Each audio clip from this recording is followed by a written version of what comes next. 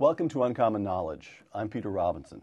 Be sure to join us, by the way, on Facebook at facebook.com/UNC Knowledge. Facebook.com/UNC Knowledge. An economist, syndicated columnist, and best-selling author, Thomas Sowell is a fellow at the Hoover Institution.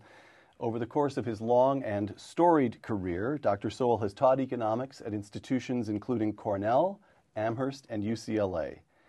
Dr. Sowell's latest book, a revised and updated version of his classic volume, Basic Economics.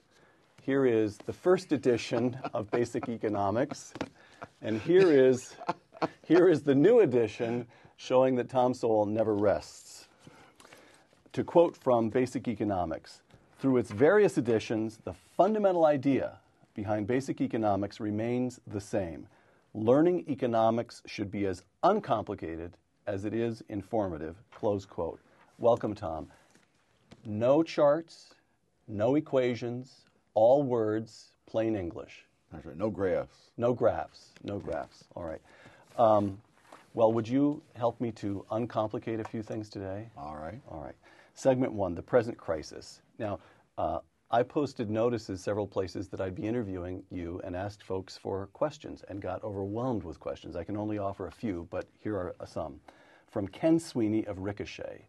This is the basic of the basics. How is wealth created? And why does the United States have the highest per capita GDP of any major country? Wow.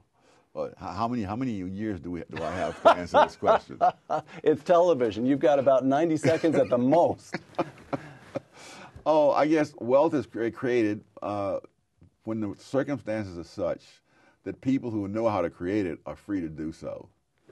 One of the things that pains me in the current crisis is people saying that Congress really needs to do something to make the economy recover. No, they need to let the economy recover. That the economy did not get to be the biggest in the world by politicians doing things. All the millions of other people whose names we don't even know, those are the people who made it the biggest economy in the world. And if politicians will get out of their way, we can and let the economy recover, it can do that. Tom, we've been talking about the crisis. Let's take a step back. 1983 until 2008.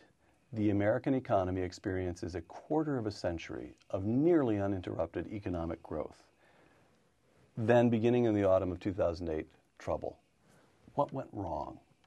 Well, actually, it started much earlier, and I think it was the housing boom, followed by the housing bust, which occurred in 2006. 2006, much and earlier. So the reverberations of that is, there are people out there who had trillions of dollars invested in securities based upon mortgages. And when people stopped paying their mortgages, the value of the securities vanished into thin air. So you do not argue that this was a financial crisis that spilled over into the real economy. You argue that it was a problem in the real economy, particularly the housing market, yes, that started the problem in the financial sector. Oh, absolutely. If people had kept paying their mortgages, the securities would have been good, and we would have all lived happily ever after. Now the problem is that the politicians made the mortgages more risky by changing the rules. In other words, at one time, mortgages were considered the safest investment. This is for the widows and orphans who need their money coming in regularly, and you put it into real estate. But the politicians decided that we must have more home ownership and more affordable housing. And so they began to prescribe rules. You had to lend money to people you wouldn't have lent to before. And of course, there was a reason they weren't lending to them before. And we discovered the hard way what that reason was, that they weren't likely to be able to pay them back. Very profound question here, I think, anyway.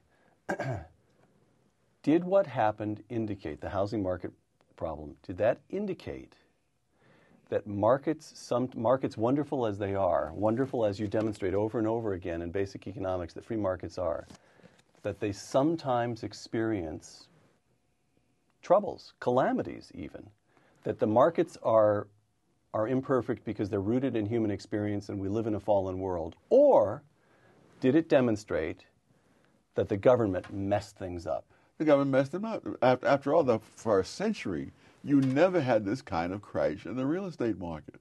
for centuries, people did their life's work lending money for mortgages did that without the politicians interfering. Once the politicians started meddling, the results were what you could have predicted. It's what was predicted, in fact. All right. Response to the crisis. The Federal Reserve floods the financial markets with liquidity, while first the Bush administration and then the Obama administration enact stimulus and bailout packages that now amount to, as best I can make it out, something like $3.6 trillion. Correct responses to the crisis? Did the government do the right thing? No. Those are easy questions. All right. One of the painful things, I mean, you can call anything you want to call it. You can call it a stimulus. All the data indicated it didn't stimulate anything except boondoggles across the country as politicians handed out money to all the special interests that they are interested in pleasing. But for example, when they dumped all this money in the banks, the idea was the banks would then pass that money on and more lending. Right. Lending went down. They dumped all this money into the businesses. The businesses reduced their investment. All kinds of money is piling up. There's record amounts of money piling up. What about GM? Surely that's the one success story. Workers are still employed. GM is now a competitive company again. They're paying back billions to the American taxpayer. Oh, this is the famous one where we guaranteed them and it didn't cost the taxpayers a dime. Right. Yes.